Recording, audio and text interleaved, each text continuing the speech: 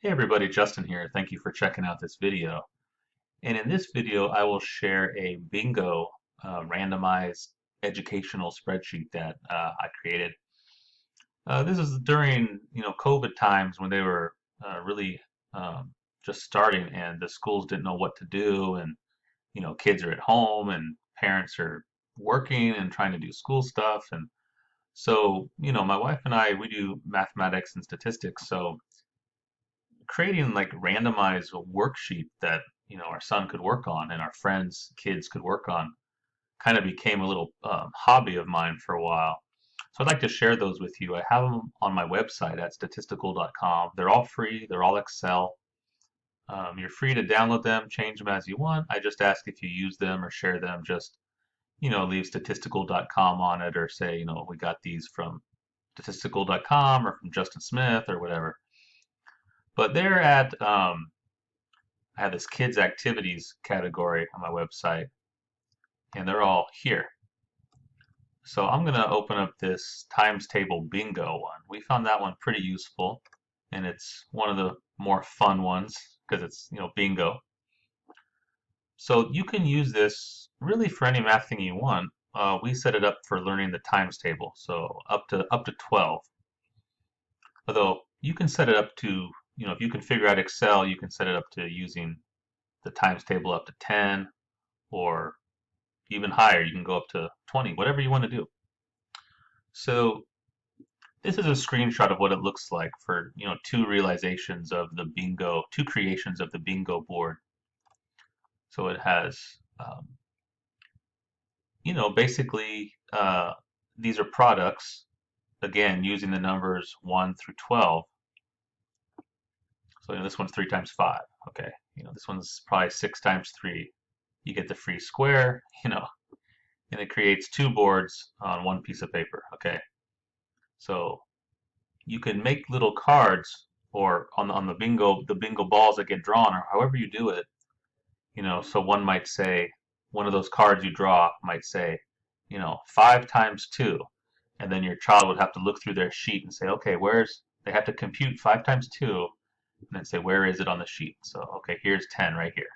So and I designed this so there won't be any duplicates within a board, which makes sense. This one I use a macro, but it's very simple Visual Basic macro that just does a sort. So I will show you how that looks.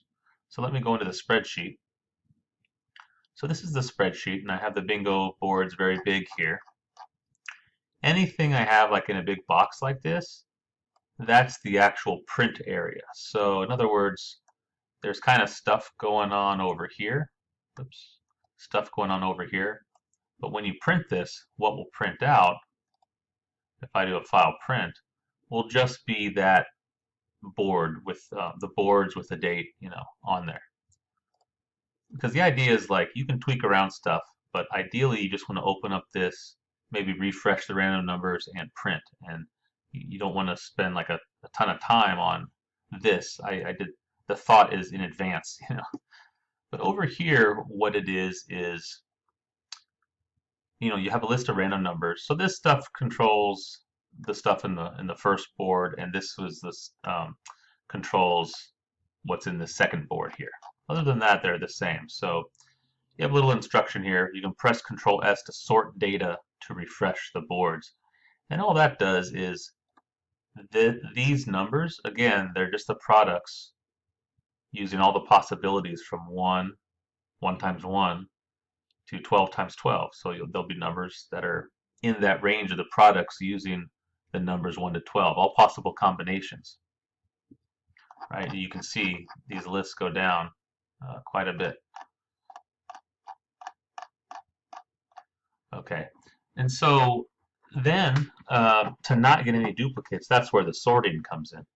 If I just randomly selected from those, then it wouldn't guarantee unique numbers. In other words, I might have 18 in here twice, or even 3 times or something, if I'm just selecting from 1 to 144 or something. So by putting them in here and sorting, you're guaranteed. You only put them in there once, they're only going to show up once. And the sort is based on the random number, so that's what sorts them in a different order. If that made no sense, just think the random numbers, that's how you're sorting by. So if the numbers are random, the sort's going to be random. And that's so they'll display here in a different order. So it says press Control S. So I'm going to press Control S and just watch what happens. So Control S. You can see it just sorts the columns C and F, and it recreates the table. Let me zoom out a little bit so you can just see the table over here. And if I do Control S, oops, if I do Control S, you can see it's recreating those bingo sheets. So I just wanted to share that. I hope you can find it useful. I think your child, this is a more fun way, to get the games to learn the times table. But you can set this up to where instead of looking at the times tables, you could do anything. Say your child's a little more advanced and they're studying square numbers, and numbers squared. You could populate these columns with that. Or say they're learning prime numbers. You could populate this column with, a bunch of different numbers and maybe some prime numbers.